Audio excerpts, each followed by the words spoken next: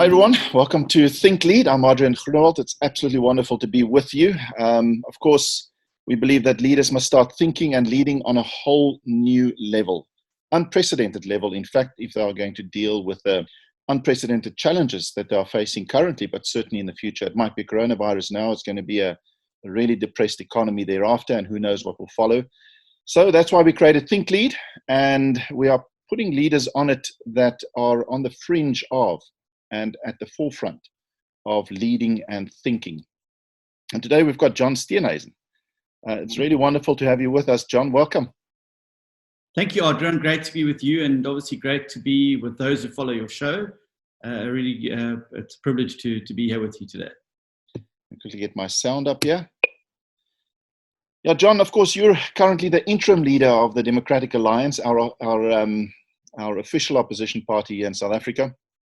And I guess it's another proof that COVID-19 impacts literally everything in our lives, including that timeline, I guess, of when your official internal elections would have been, now in April, I think. Now it's going to be later this year. So it impacts your life, it impacts your party, it impacts everyone. Yeah, I think it's certainly been a massive impact. I mean, I think it is worth saying there's no such position as interim leader in our federal constitution. It's something the media have obviously cottoned onto. You know, you're the leader of the party until you're not. And so it's sort of been a bit frustrating to deal with this interim leader thing, but that's how it goes. But yeah, it's absolutely disrupted it. We're supposed to be having our federal Congress in May this year. And obviously with the new regulations, it's unlikely we're going to be able to get over 3,000 people into a single venue in the COVID environment. So we look at a number of options, moving the Congress to an online Congress, allowing postal voting or voting through the computer system. But either way, by the end of the year, we will have had that Congress, and whoever's elected the leader will have the mandate to lead the party through into the local government elections.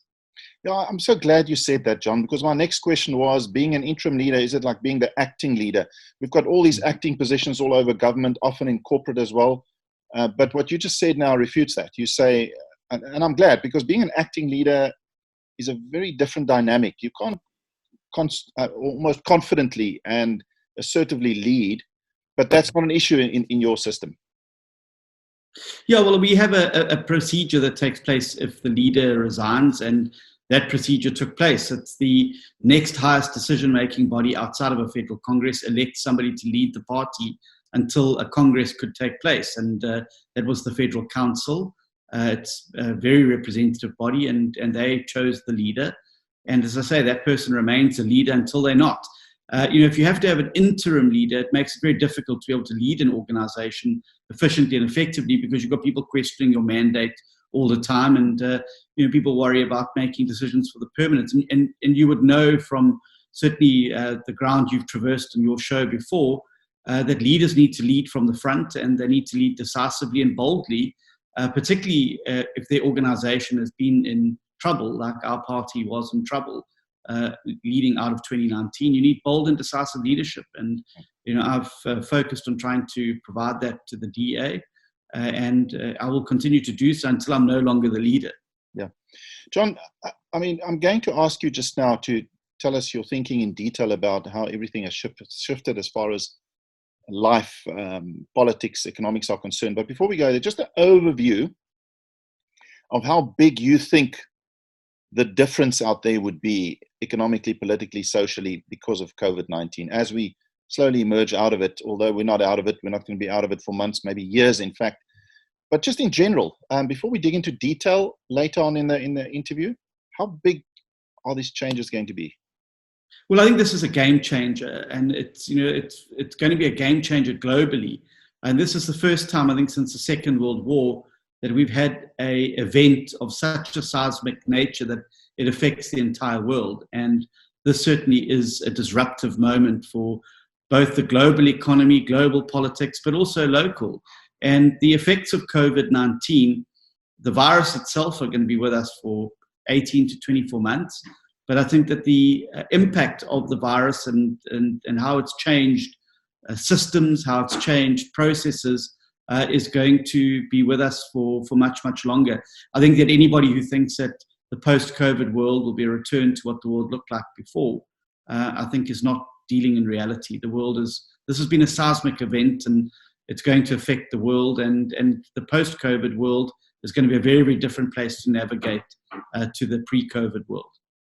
And John, before we unpack your thinking and then also understand you as a leader, how this is impacting your leadership and leadership in general, of course, what is an opposition leader? But before we ask his views on the president, I am interested, before we go, just get this out of the way.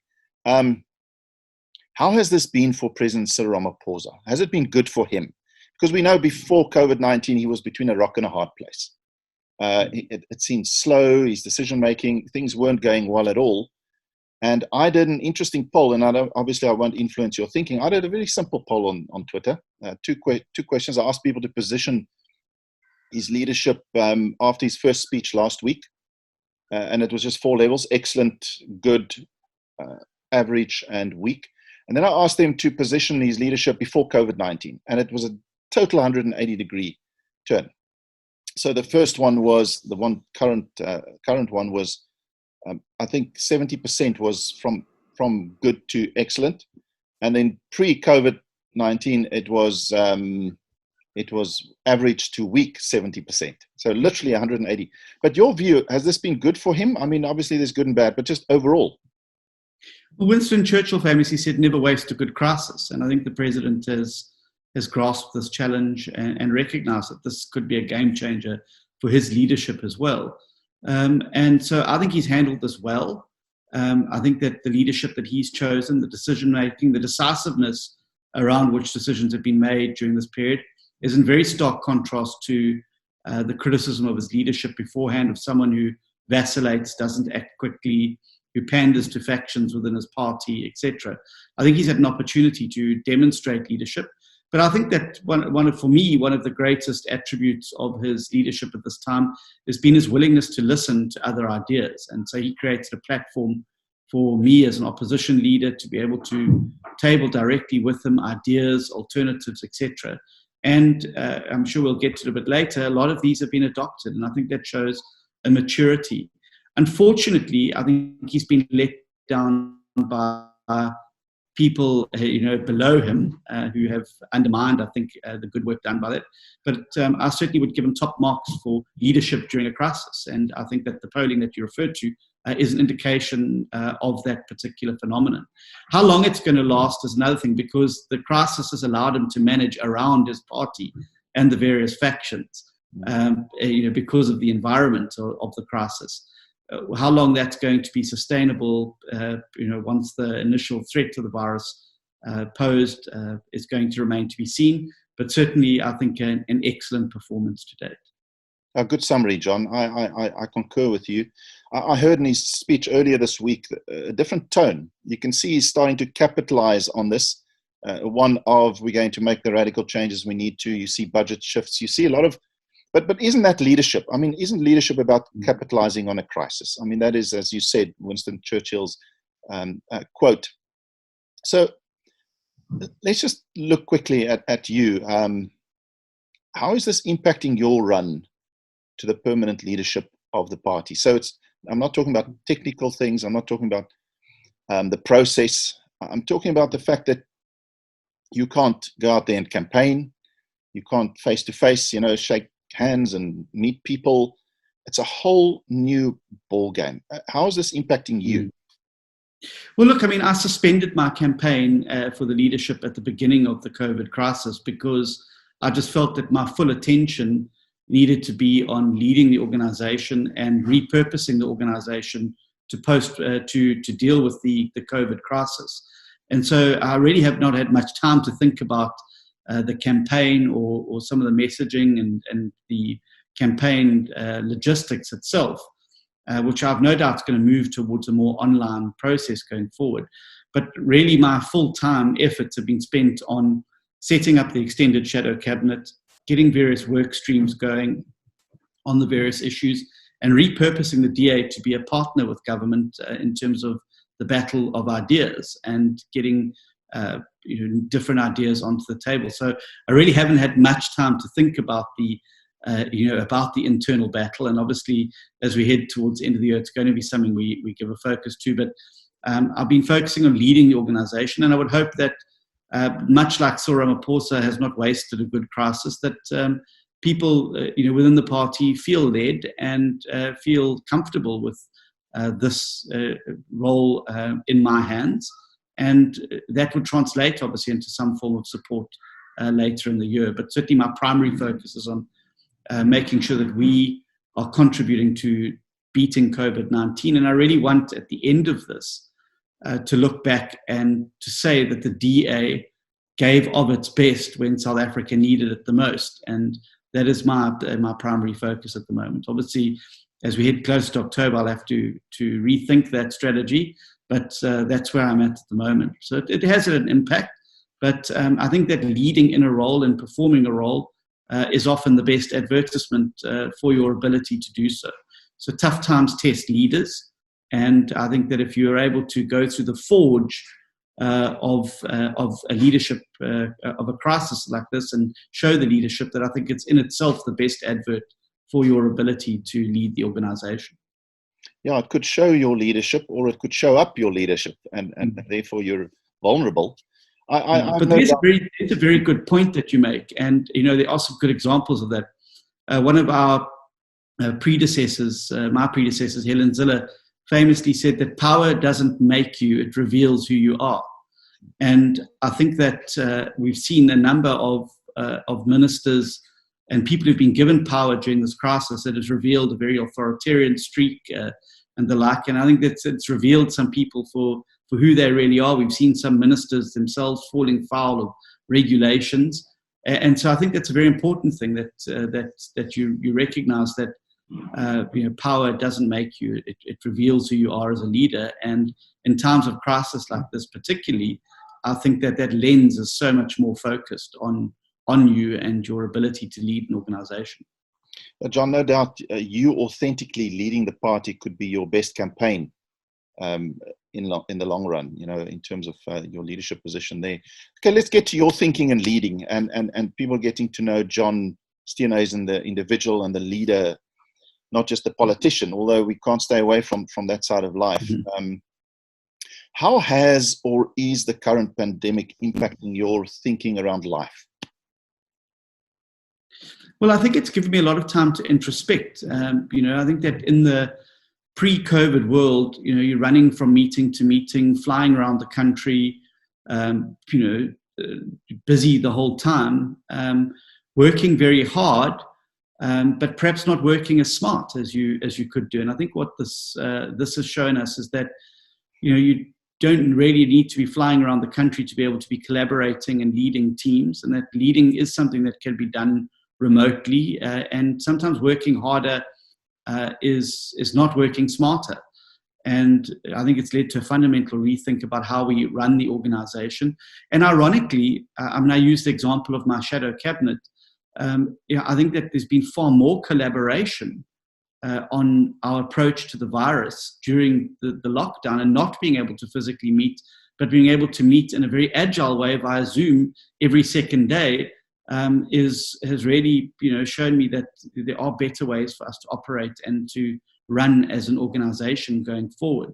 It's also given me a lot of time to introspect around family and being how important our families are in our lives. And for me, one of the great benefits of the lockdown, if I can use the term benefit, has been able to spend more time with my 3-year-old daughter, who I didn't really get a lot of time to spend with when I was racing around the country campaigning. And I think it brings home the importance of a support system for a leader. And I think we often in the dash and the run take for granted these support systems, but it's when you spend time and you realize how important family and that support system is for your ability to lead. So the family creates a platform for you to perform upon, and if that platform's not there, it obviously really affects your ability as a leader to be able to do what needs to be done. John, the philosophy that society needed to pause, society needed to self-correct it, or what's the word, correct itself. It needed to heal in some ways, that we were never going to do this ourselves. So a little virus comes along and we see it as the enemy, but maybe it's a hidden friend. To force us to just stop and heal and change and reprioritize. Do you see that philosophy? Do you agree with it, or do you think it's a bit too philosophical?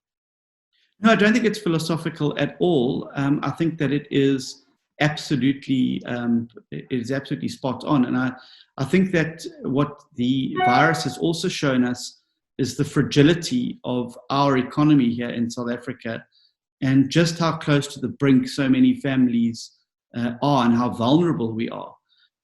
Basically 3 weeks of lockdown has brought I think the large majority of households to their needs in terms of being able to provide, to be able to feed their families, etc.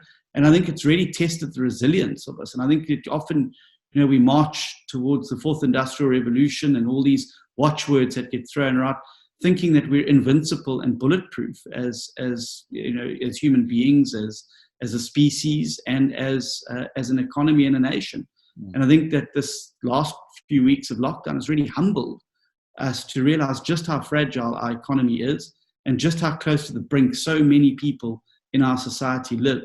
And so I think that this is an opportunity for us to pause and to think about how we got to such a fragile state and how we in the post-COVID world rebuild to ensure we've got resilience and agility to ensure that we never ever again are left at a stage that leaves so many people vulnerable to this. I think that these type of viruses are not going to be, I don't think this is a once-off. I think there's going to be changes to the way in which the world operates. I think that our conflictual relationship with nature is going to start manifesting itself in many, many other ways. And I think, climate is one of those. This virus is another. It's a nexus between how we behave with other species on the planet. I think there's going to be plenty more of this to come, and we've got to build that resilience and agility and ensure that going into a crisis in the future, certainly for South Africa, we're never in a fragile economic state as we were, where essentially a large part of the response has had to be led by private capital, private interventions, rather than just simply a government being able to be the capable state that deals with the crisis. Thanks, John. And then your thinking, has it shifted around politics in general and economics? How has that shifted? Yeah, well, look, I mean, in economics, not really, because I think what the crisis has brought home is just how bad off we were as an economy and just how much trouble we've been in. I think people forget that we've been in a technical recession for the last 6 years and that our economic growth has been outstripped by population growth. But I think that what has happened is that for the last 6 years, it's the poor that have borne the brunt of the economic crisis and the economic recession. I think what you're going to see in this crisis is it washing very deep into the middle class for the first time in South Africa. And so people we know are going to lose businesses, lose jobs, have their homes repossessed, have cars repossessed. And I think it's going to wash very, very deep into society. This is not something that the poor are only going to be the victims of. And I think that the economic recession and tough times that are going to happen after we've moved through this is going to force a fundamental rethink in the economy. We can't have state-owned entities that we're bailing out with huge billions of rand every year. It's just not possible that we need to have economic reforms. And I think this is important because a lot of people see the stimulus package as the answer. It's not the answer. I describe the stimulus package as the jump leads to get the car that's broken down back to the garage. It still needs a massive overhaul from an economic perspective.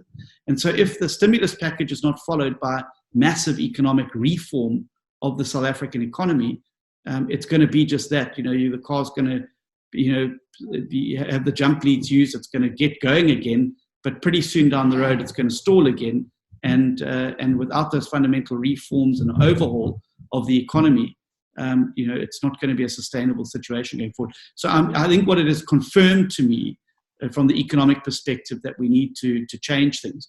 where it's changed politically is that I think that it's time in South Africa for us to stop the petty partisan bickering. And I think that what it has shown us is that there can be a platform for parties to collaborate, and that there's no one party's got a monopoly on the race of ideas in the country, and that there does come times when we can put the country first. And I think that I'm very proud of being able to put on the table workable alternatives, many of which have been adopted. And so hopefully this is going to give birth to a new politics in South Africa, where we can build a new majority that focuses on the 10 to 15 things we need to do to get South Africa off the low growth, high debt trajectory and onto one of growth and prosperity going forward. And that by working collaboratively as parties, we're so much stronger than sitting in our partisan camps, tossing grenades at each other. Yeah. Some powerful explanations there, John. If only we could do that. I mean, we look at things now currently, we look at the crime statistics, we look at the deaths on the roads, we look at the unity politically, we look at the unity on so many levels, and we say, how do we keep some or most of that as we move forward? You know, as human beings, one of the biggest challenges we have is our loss of memory. We will forget some of that, I guess, when we move forward, unfortunately. But I hope what you're describing is what will happen. So we'll kind of loop back to that a little bit, but just describe going on to leading. So we've looked at a bit of your thinking, life, politics, economics.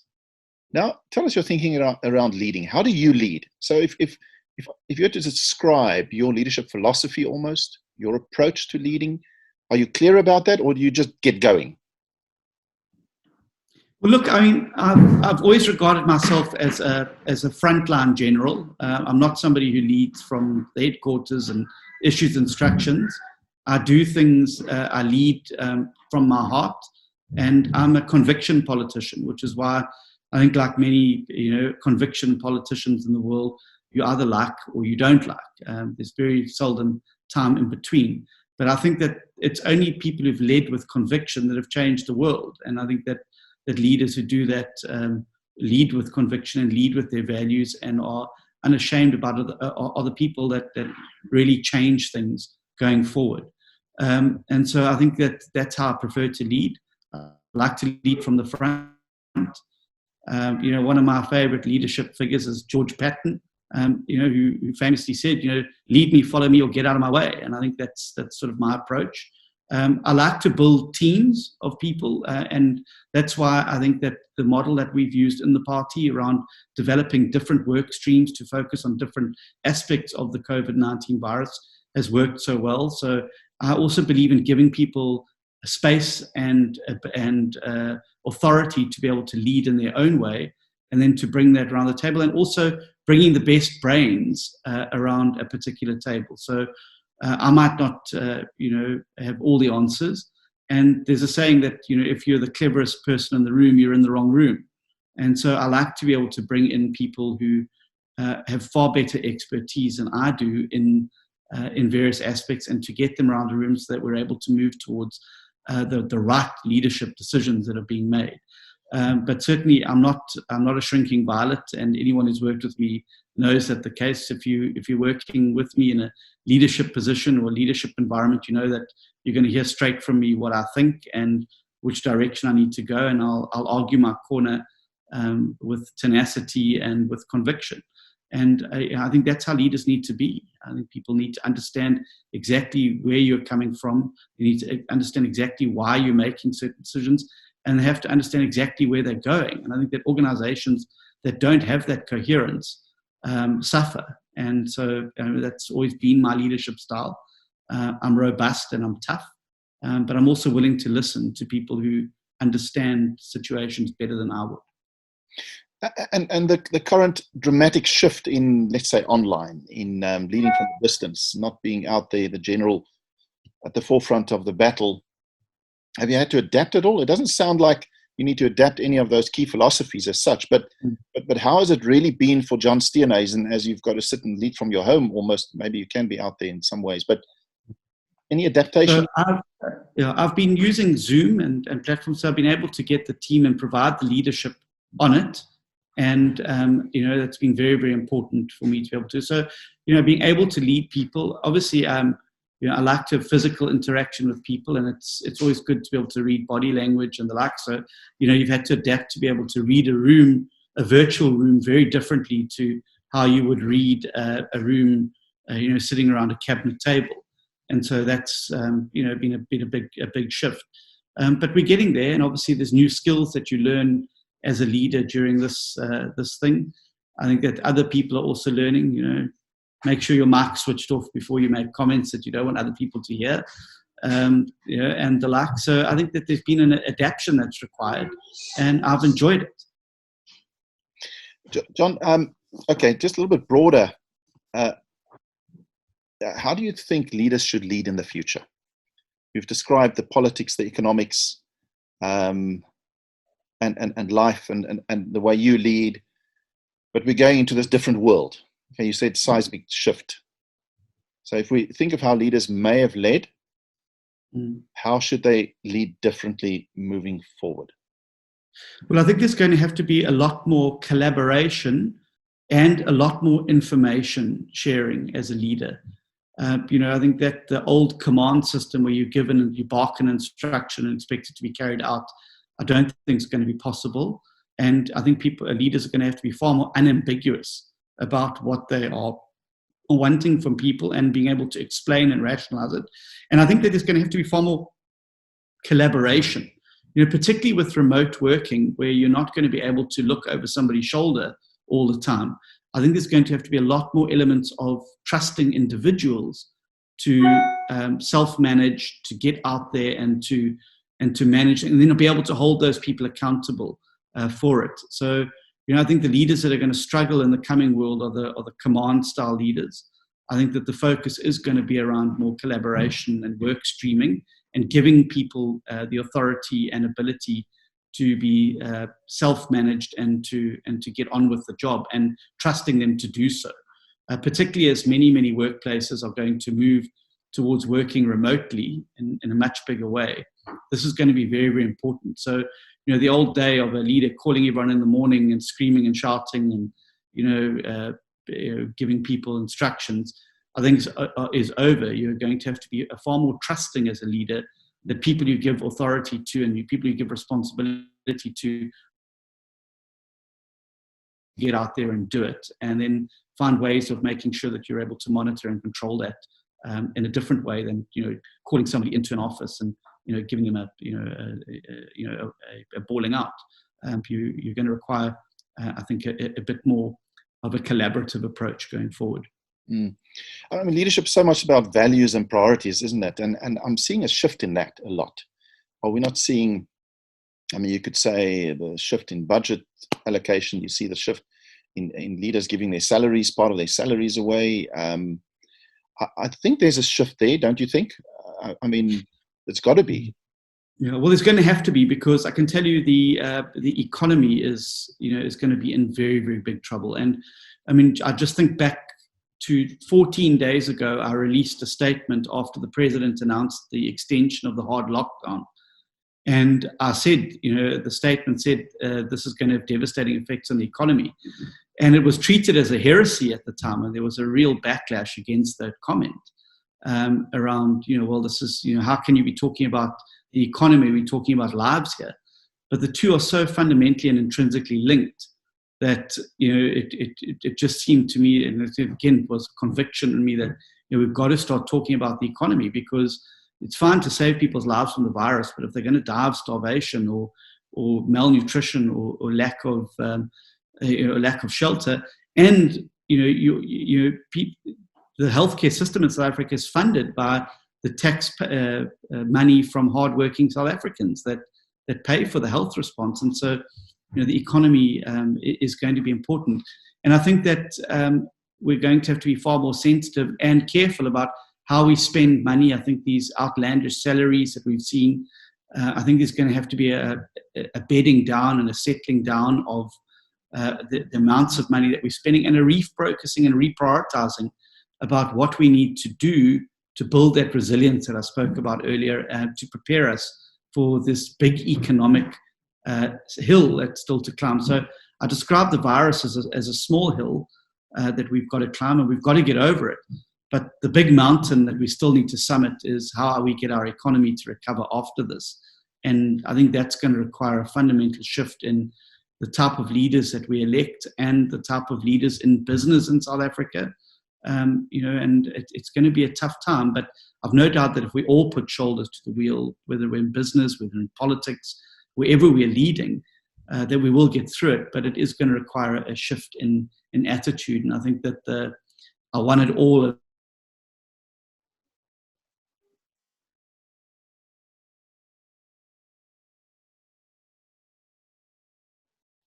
Way to understanding that there are many, many South Africans that are going to be in a very, very difficult financial situation.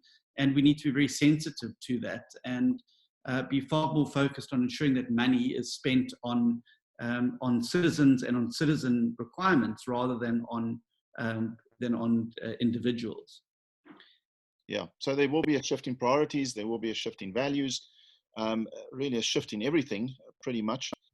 I haven't myself thought this through much, but maybe you have views on it. The attitude of followers or people towards leaders. How do you think that is impacted by this? Will they expect more from their leaders? They will expect collaboration. What do you think? I mean, and something I wanted to actually latch on before we had the breakdown in Wi-Fi is this trust thing, John. You mentioned the need to trust your people. Also, if you lead people from a distance and they work from home and they have to self-motivate and so on, we need that trust. But we've had a trust issue with government for a while now, and it's actually quite amazing how much we're achieving when there is a trust deficit in general between leaders and followers in our country. But somehow we're bridging that. I don't know how we're doing it. So trust is very important. Yeah, and the attitude between follower and leader, and my feelings towards leadership as a follower. Any thoughts on that? Well, I think people are going to expect a lot more from their leaders now, particularly in tough times. Tough times happen, the tough get going. And I think people are going to expect a lot more from their leaders in terms of setting out a very clear path and direction out of the crisis and both the virus and the economy. And so I think the burden of leadership is going to get far greater. And I think that followers are going to, particularly those who are in difficult experiences, are going to be looking to leaders and saying, well, what are you doing to stimulate the economy? What are you doing to help me get my business back on track? What are you doing to protect our livelihoods and our ability to be able to feed our families and the like? And so I think that the expectations of followers is going to be so much greater on leaders as we move forward. And I think we've also got to be very, very careful that we don't allow this as an opportunity for people to be less transparent as opposed to more. And so institutions like Parliament have not been very good at navigating this new environment. And I mean, for the majority of oversight of the executive, and the executive were given a free hand basically in determining what was happening. And I think Parliament is going to have to, once we're able to meet properly again, it's going to have to introspect on its absence during a time when the country needed it most. So what we can't do is allow the fact that we're not able to meet in plenaries, etc., to be able to. Sorry, I've got being bugged here by the NIA, obviously. That there's a trust deficit that develops, or an ability for the executive and other organs of state to not be accountable to the people through Parliament. So we've got to guard against that this environment creates more of a central planning or authoritarian system rather than entrenching the constitutional democracy which was so hard fought for. John, now let's look at the DA for a moment. Is the DA more or less of a political match for the new world? I mean, how should it reframe or reconstruct itself to lead the new reality? I did read what Helen Zille said, that the lockdown was a big jolt to the party. You had to repurpose the whole party to function online. So that's kind of a technical repurposing, a technical, awakening. But other than that, how should you reframe yourself, or how have you as a party? And back to my question, are you more of a or less of a match for the new world? I think that we've had a good crisis in the DA. I think it's given us an opportunity to refocus the party after a very, very bad year in 2019. I think it's given us an opportunity to sharpen far more clearly who we are, what we're about, and what we're trying to achieve. And I think that the constructive path which I set the party on at the end of 2019, to say, look, well, the days of just we need to be putting on the table workable alternatives, and that when we criticize, we've got to say, this is what you're doing wrong, but here's a plan for you to implement. And I think we've been able to demonstrate that going forward. I also think there's a big realignment in politics coming. I've always felt that way, and those who've heard me speak publicly would know it, and that I believe that the new majority in South Africa lies at the center, the rational center of South African politics. And so I think the positioning over this time of being able to work with people in other political parties, most notably the governing party, in a collaborative way, I think has sent the tendrils out that, there's a potential here for us to cooperate in future.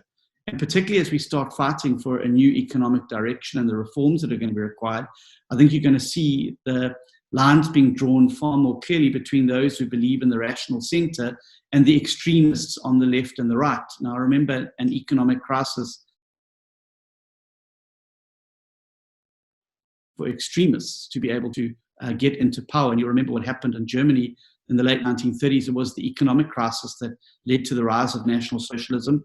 It's the economic crisis around in other countries that has led to extremists being able to get into power, whether it's in Greece or other countries. And we need to make sure that the rational center wins the debate. Because I think the worst possible political outcome of this is that you get a growth in power from parties on the extreme left and on the right of politics, who then get in and make the situation worse. So I think there's a responsibility on the rational centre in both the governing party and in the opposition to start coming together to determine how we're going to get out of this crisis. And I want to position the DA in a position where we're a constructive partner for growth, but also as a party that has a very clear idea going forward, and particularly on the economy, and to build up trust around the economy, which was why it was so important for us to be able to pivot to a way that showed that this is a party that understands the economic crisis that we're facing, that there's an importance to protect both lives and livelihoods going forward, and that this and that's where I want to position us. I think we're well on our way there, and I think there's more we can do, but I think I'm very happy about where we're positioning ourselves in the political spectrum as laying a foreground for that new majority that I think is coming sooner than many of us may think. John, we're talking at such a mature level, I think, and it almost feels like an immature question to ask, because I'm hoping politics does not go back to what it used to be, and that it is at the level that you're wanting to pitch it. But the elephant in the room is that your opposition and your enemies would like nothing more than for you to hand on a platter their preaching that the DA is for the minority, white, sort of South African, and all those, with respect, nonsense, because it's not true. But if a white leader comes at the head of it, then that kind of immature politics would use all they can to zoom in on it and kind of promote to their majority followers out there that DA is what they always said. So what is your response to that in the new light? Well, look, I think it's going to matter less and less as we go forward, and particularly as the situation worsens economically. I think it was Xi Jinping who said it doesn't matter the color of the cat as long as it catches the mice.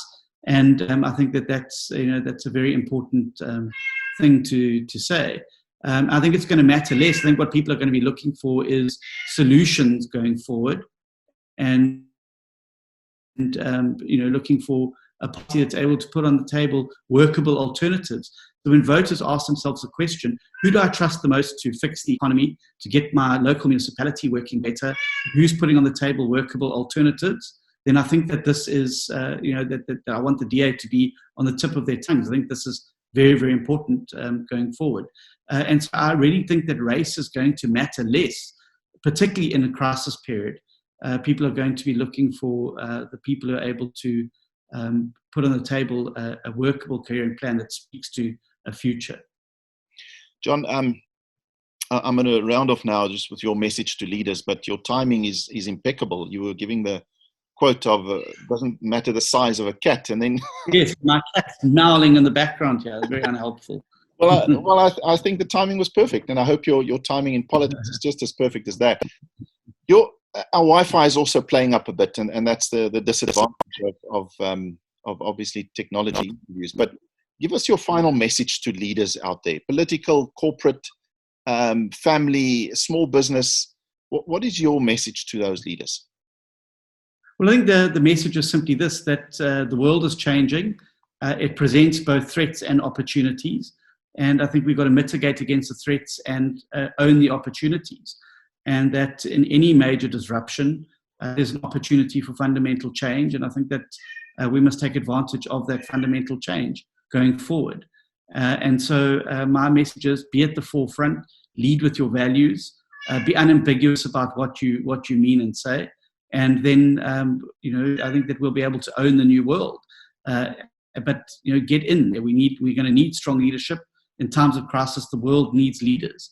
And now's the time to step up to the plate, whether you're a corporate leader, whether you're a leader in politics, whether you require the best of all South Africans to be leading where they are if we're going to get through this crisis. John Steenhuisen, thank you. Our Wi-Fi is something that also needs to be jacked up in our economy. But a great message there. And thank you for joining us on ThinkLead and helping us think a little bit more about important matters and helping us think about leadership on another level. We really appreciate your time and your contribution to this. All the best. Thank you so much, and thanks for the opportunity to be with you.